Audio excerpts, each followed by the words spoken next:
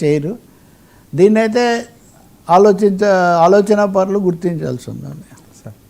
Sir సర్తో ముందుకు 50 కోట్లపై చోరీ effect.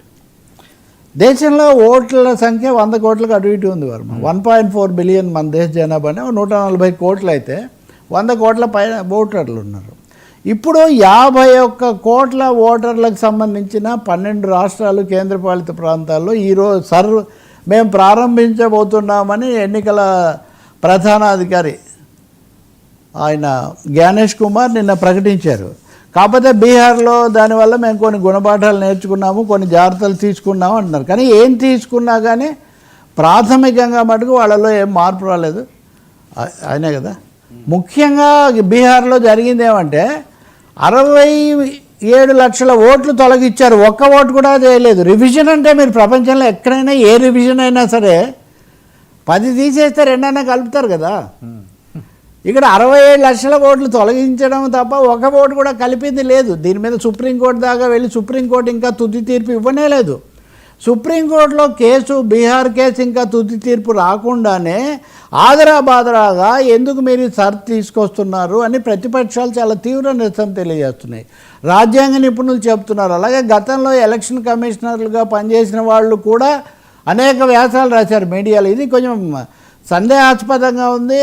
రెండవది పారదర్శకత లేదు, ఈ పద్ధతి మంచిది కాదని. చాలా ఆందోళనకరమైనది ఏమంటే బీహార్లో మహిళా ఓటర్లు ఎక్కువగా తొలగించబడ్డారు. అందులోనూ యువ మహిళలు ఎక్కువగా తొలగించబడ్డారు. ఈ తొలగించబడిన క్రమంలో వాళ్ళు అవన్నీ చేసుకోవడానికి చూపించుకోవడానికి లేక అయితే సుప్రీంకోర్టు చెప్పింది కాబట్టి మేము ఇంకా కొన్ని పత్రాలు పరిశీలిస్తాము, ప్రాథమిక దశలో ఇవ్వనక్కర్లేదు, ఇట్లాంటివేవో ఇస్తున్నారు. కానీ ఇంకొక మాట కూడా ముఖ్యమైనది, రాజకీయమైంది. ప్రతిపక్షాలను వదిలేయండి, ఈ ప్రభుత్వం నిలబడడానికి ప్రధాన మద్దతుదారుగా ఉన్న తెలుగుదేశం పార్టీ కూడా ఈ పద్ధతి వద్దని చెప్పింది. కృష్ణదేవరాయలు ఎంపీ ఆధ్వర్యంలో ఎలక్షన్ కమిషన్ కలిసినప్పుడు మీరు శాసనసభ ఎన్నికలు జరగక ముందు ఈ తతంగం పెట్టకండి, ముందుగా త్వరగా పూర్తి చేయండి, మీరు ఆంధ్రప్రదేశ్లో ఎన్నికలు చాలా దూరం ఉన్నాయి కాబట్టి ఇప్పుడే వచ్చి మీరు చేయండి అని వాళ్ళు అడిగారు. అంటే ఏం దాని అర్థం? కానీ ఇప్పుడు వాళ్ళు ఎంచుకున్న రాష్ట్రాలు తమిళనాడు, బెంగాలు, కేరళ అన్నీ ఇప్పుడు ఎన్నికలు జరిగే రాష్ట్రాలే. ఒక అస్సాంను మటుకు అది ఇప్పుడు జరపరంట.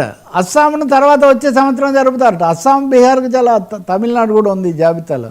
ఇందులో పినరాయి విజయన్ కానీ, స్టాలిన్ కానీ, మమతా బెనర్జీ వీళ్ళందరూ ఇప్పటికే రాజకీయ విమర్శలే కాదు కేసులు వేస్తామని చాలా తీవ్రంగా వాళ్ళు మాట్లాడుతున్నారు. అన్ని పార్టీలు బహిరంగంగా విమర్శలు కూడా చేసాయి. కానీ ఏం మార్పు లేదు. అస్సాంలో మటుకు ఎందుకు వద్దంట అంటే అస్సాంలో ప్రత్యేక పౌరసత్వ చట్టము, దాని మీద సవరణ బిల్లు, దాని మీద సుప్రీంకోర్టు విచారిస్తుంది కాబట్టి అది వచ్చిన తర్వాత చేస్తూ ఉంటున్నారు. మరి అలాంటంటే మీరు అనుకుంటే వాయిదా వేసే ఒక అధికారం మీకు ఉందని తెలుస్తుంది. మరి శాసనసభ ఎన్నికలు అయ్యేదాకా ఎందుకు ఆగడం లేదు?